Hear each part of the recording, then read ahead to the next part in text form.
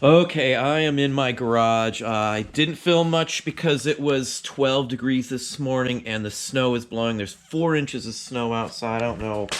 I don't think you can see much on my tires anymore, but I picked up a few things. I spent a few $100. May not look like a whole bunch, but there's a lot of comics in the back seat there. Quite a few good ones as well. Maybe a little hard to see, but there's a whole bunch more in here. But what there is in here is a magazine run that's worth a ton of money.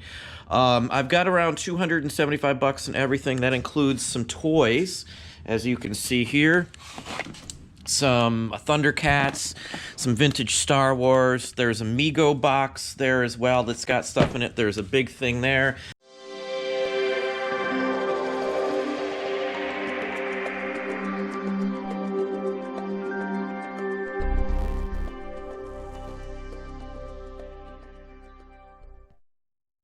Hey, it's Don. I'm just going to show you some of what we got in the hauls. Things to look for. Things that will make you some money.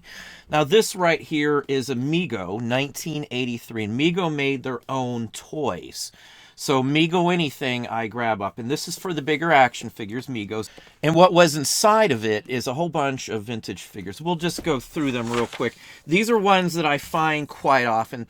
He-Man and things like that. There's some Thundercats, which are something I buy all the time. All these are 80s toys. And they're in pretty darn good condition for being 80s toys. Now, this is Buzz Off. He has his weapon, but he's missing his helmet. Now, he goes for like 30 or 40 bucks on his own. Grizzlor is another one. I've had him so many different times. I probably have another couple of him laying around here. I have him complete with his weapon. Now, one thing to know about this vintage Masters of the Universe action figure here is there's two versions of them. One of them has a dark-colored, very dark brown face. And that one's worth about 100, 125 bare bones minimum when you find him. He's one I always look for. You never know until you run out there. Most people don't know there's two different versions of some of the figures. So this is an excellent one here. I'll get about 40 bucks or so for him with his weapon. Now, price-wise, I got two cases of action figures here. One's pretty much trashed out. I bought all the other stuff, and he just threw these in. I didn't pay a dime for these action figures, so very, very happy there. We did Buzz Off. Jitsu, now he's missing some, so he's going to go in a lot with King Hiss here. These are two different ones. He's missing a whole bunch of him.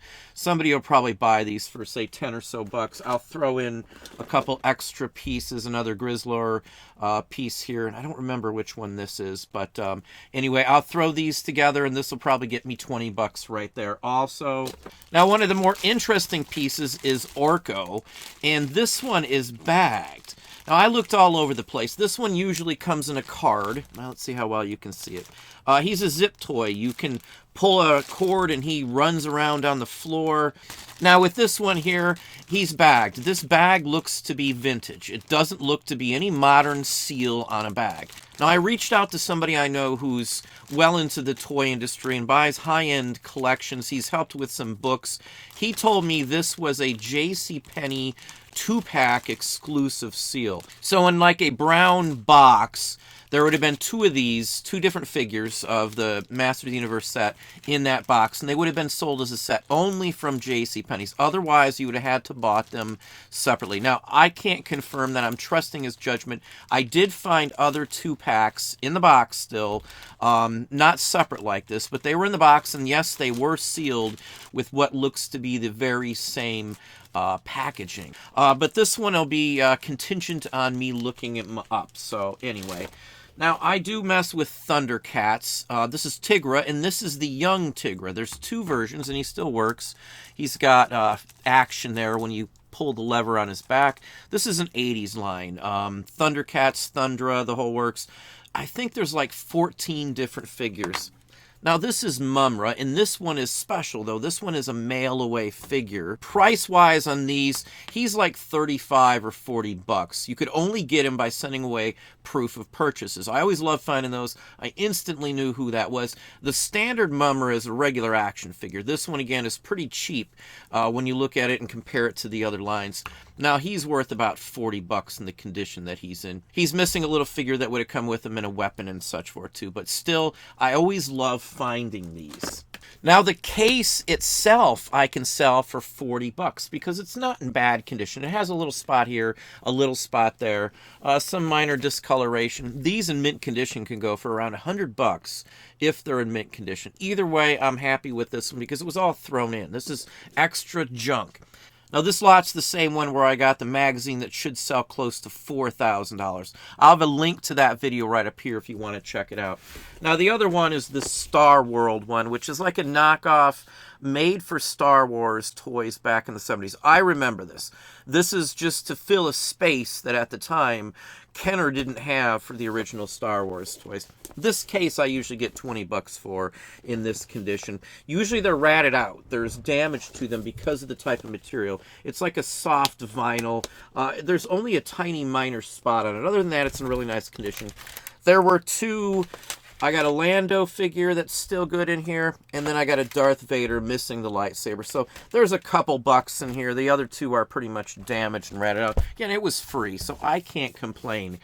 Now, the magazine paid for everything, and I had an option to buy some other stuff there. I bought a whole bunch of comics without even looking through them, which I usually never ever do. But the money is in that one magazine, and I'm going to make thousands off of it. So I took a shot. I knew some of this merchandise came from a store owner, so I knew that there could be some good stuff in here, but it's potluck. This guy I'm buying them from bought it from an estate, and he has no idea on comic books per se, so it's just 3 long boxes worth that I basically got. Can't see them all. There's a bunch behind the seat in my van as well, still in the long boxes.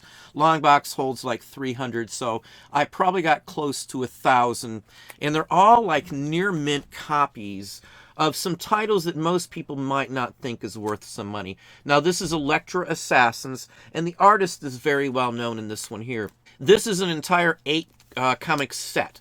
Now, if I have these CGC'd or something, or PSA'd, this one here alone goes for like $125 or better in the condition that it's in. And I've got the whole set. Not only that, I've got another copy of this entire set and then some singles as well. So I've got 3 issues of number 1. That's like $300 profit after I cover the cost of sending these in, if that's what I'm going to do with them. Again, I may board and have a whole bunch graded, spend hundreds to get them graded here because I got some pretty interesting stock. Now here's a nice little run of the Sensational She-Hulk, and this is 1 through 10. I think and there's like 3 or 4 more issues in here. But 1 is, if you can see the condition on this thing, it's like near mint. 9.7 probably or higher would be my guess. I'm not a superb grader, but this one is, I can't find a spot on it. I showed it around to some people and they say the same thing. This is a pretty decent lot right here. If I grade number 1, I should get 140 or better probably just out of that one at that rate. Again, it depends on how high it grades. The rest of them look like they're in about the same condition. Again, it's sequential order. So these were dead stock that wasn't sold and it was just boxed up in the 80s from the way it looks like. That's the best sort for me because no one's touched these in a very long time. Now, I like some of the smaller printing companies. Kitchen Sink is one that I like. I like anything with crumb in it. Look up who that is if you're not sure. But I got a lot of repros or reprints from the 60s, 70s, and 80s of 40s comic books. Now, most people don't think those sell for a lot of money, but I usually get 20 bucks a pop for most of those. I'll show you some other interesting ones in here as well. And this is Xenozoic Tales. Now, this, you win again, think it's much, but it's pretty much the most of the run to this. Now, this lot has a ton of this stuff in here. This is like 30 or 40 bucks. Again, title-wise, I'm not really worried. I've got multiples. Some comics, there's 4 and 5 of them. This one here is a $20, $25 comic book in the condition these are in. I've got more than just this. I'm just giving you an example here. Now, I like 3D, and I'm always happy when I find 3D. I actually have the original of Lars of Mars, and now I've got the reprint on it. I usually save them if they have the glasses in them, and this one actually does have the 3D glasses, both pairs. I love these things. I love the 3D comic books. I've always loved them. I've got some of the original, like the 50s Superman and Mighty Mouse and stuff too. So anyway, these are pretty cool. They don't go for a fortune, but with the glasses, I usually put them up for 30. Sometimes they'll go really quick on Amazon, or I'll wait on eBay and get 20, 25 bucks out of them. I got a whole bunch of them. Let's see, Battle for the Three-Dimensional World. This is just some put-together thing here. Either way, I love these things. It's still sealed in some sort of packet. It has a glass set on it. I pretty much know the 3D ones, what I can get out of those. I've sold a ton of them. As I said, I've got a bunch myself that I keep. I keep hologram covers sometimes, too. I'm just showing you a few. I may put together another video if anybody's interested in seeing some more. Or maybe I'll throw some together, some specialty insider ones for Patreon or something. Now, this is Havoc and Wolverine Meltdown. It's a 4-book set, basically. These are basically graphic novels. Very nicely done, the whole works. These are like 25 bucks. There's even some extras of some issues. I may have a second set. I don't know. Again, I got nothing into this. I paid less than $300. This is the one time where I didn't look through the stuff because I saw something that was worth thousands before I even dug into it. I just asked him what he would take for the entire load of this stuff. So I bought it all. Again, you'll probably see some more in the future. Now, there was some vintage in there as well. I've got Harvey Giant, issue 1 and 2 of The Spirit, Will Eisner. These go fairly well. These are like 20 bucks a piece. They're actually gradable. They're in pretty darn good condition. I'd say around a 9, maybe a hair higher on these. There's no real discoloration. The pages look pretty white and creamy, so pretty nice ones here. Again, these are just some random ones I pulled out. I haven't even looked through them all. I looked through one long box worth and some of the ones that were sitting in the back seat. Other than that, I haven't even dug through most of them. No, I love the Ninja Turtles, the original ones. I do have a first issue, a second issue, and a third issue, first printings. I've hunted for those for years and have run across them sourcing. They're very scarce. Even some of these, this is a Mirage printing. Even some of these, this is a first printing as well, though. These are like 20, 25 bucks or higher on the right day of the week. Condition-wise, I could probably grade these as well. Maybe I'd send them in a bulk grading where I, do a discount price with no rush or something. Here's issue number 9 again, all first presses. Most of these have wrap-around cover artwork where they did the artwork and then it was wrapped around. Insides are usually pretty funky to most people's eyes. I don't mind this sort of comic. I did stuff like that when I was a kid, in all honesty.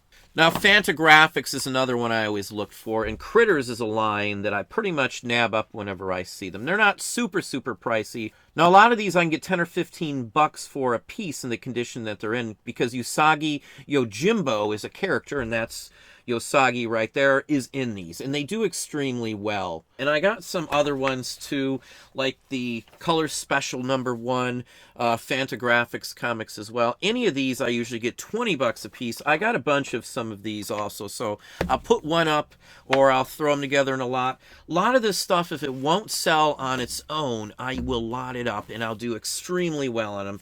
Now here's some Usagi comics themselves. Now, Usagi's first appearance I happen to get too, which is worth hundreds of dollars. I do believe I have issue 1 in here too. This is issue 2. This is like a $40 or better comic. There's some other issues in here that do extremely well. Most of these I'll get 10 or 15 bucks for in the condition they are in, just the way they are, whether it be on Amazon or whether I sell them on eBay. Either way, I do extremely well. Now, I've always liked the oddball, outsider, alternative, indie-style comic books. Richard Corbin is somebody I've followed for quite some time. It's kind of bizarre. Interesting. He does some incredible work in my book. I buy most of the ones that he did because I usually get 15 to say 30 bucks for just the common issue. They're harder to come by. They're indie. They didn't make a ton of them. I've got quite a few of his as well. He did other lines, Son of a Mutant World. Again, there's tons of his stuff out here. He did Prince. There's Cards by Richard Corbin. The indies are my favorite. I also got a bunch of adult comic books from the 60s, 70s, and 80s, including some early Crumb. The reprints are fine with me. Pioneer Comics does some incredible work with some of these earlier ones. These are reprints of vintage ones, and most people don't think they do extremely well, but these are, again, are like indie alternative style comic books. Most of these 10, 15 bucks minimum. These are easy to list. They're in mint condition. These are old dealer stock for the most part, all of these. So again, I do extremely well with all of these sorts here. Reprints do extremely well with comic books because you can't get the originals. This is a reprint of a Crumb comic right here. His style is very well known. He was actually a jazz collector, so I know him from his jazz record collection as well. He actually has a big, thick book on jazz performances with his artwork and a CD that comes with actual jazz in it. He's a very interesting fellow, but these, again, 15, 20 bucks on most of those. Johnny Hazard, again, same thing. Now, here's another thing that I do look for. Dark Horse Presents, Dark Horse Comics. They've got some first appearances in some issues of their Presents ones. So some oddball characters like Flaming Carrot. Now, some of Flaming Carrot stuff can go fairly well. I happen to have some in this assortment I got here. The condition on these is just incredible. Again, these came from a dealer. They never touched the hands of a person. So they were NOS, basically, on all these. So most of these I could probably have graded and slabbed as well, which I probably will do. Red Sonja 3D again. I love the 3D. I might keep most of the ones I don't have. Let's see. Anything Goes. Here's an early Turtles, Ninja Turtles. 20 bucks again. The reprints I do love, because you're not going to find an original Planet Comics in any good condition. You're not going to want to read it as well. On the back is something pretty interesting, Star Wars 3D advertisement. So that gives you an idea when this came out. Very, very nice one here. It's Empire because it has Lando in the back. So anyway, yeah, 80s. Nice one here, 15, 20 bucks I do get. Again, these are mint. These are all reprint ones. Most of these are Blackthorn, but I really don't care. Pioneer AC. Here's another Blackthorn. All of these 15, 20 bucks I usually get, if the condition is right. Don't get them if the condition is bad. Most of them are black and white like that too. I don't care. Most people pass these up because all they know are the name brand comic books. Now, I know the name brands, DC Comics, Superman, all the Marvels, X-Men. I know which ones to look for, but most people don't know that in these comics here. So I'm usually able to rake out pretty good money by buying these up for almost nothing in excellent condition and then turn around and reselling them. Jungle Girls. Again, these are nice titles here. Lots of 6 comics are usually what I throw up if I can't sell them individually, or if it's a whole run, I'll sell a whole run, like say issue 1 through 40, or the entire complete series if say there's 50, 60, 100 issues of them. Those will sell phenomenally well because no one has to search those down.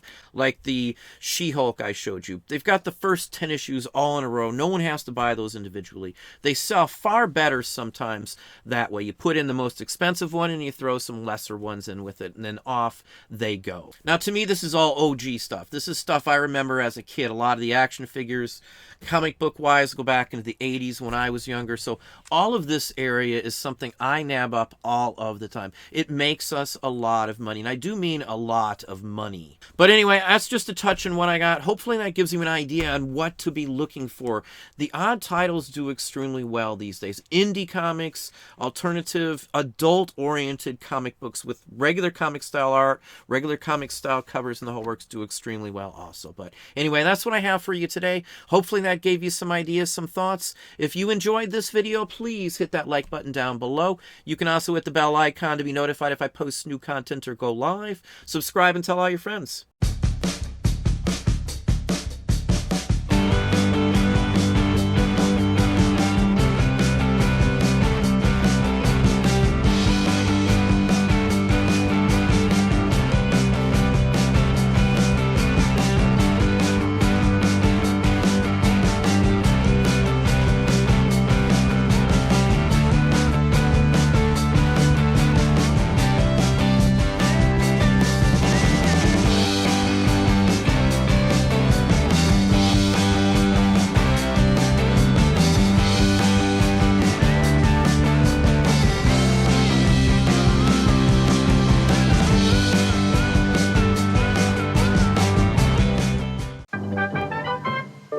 Walks downstairs in loner and pairs and makes a slinkity sound.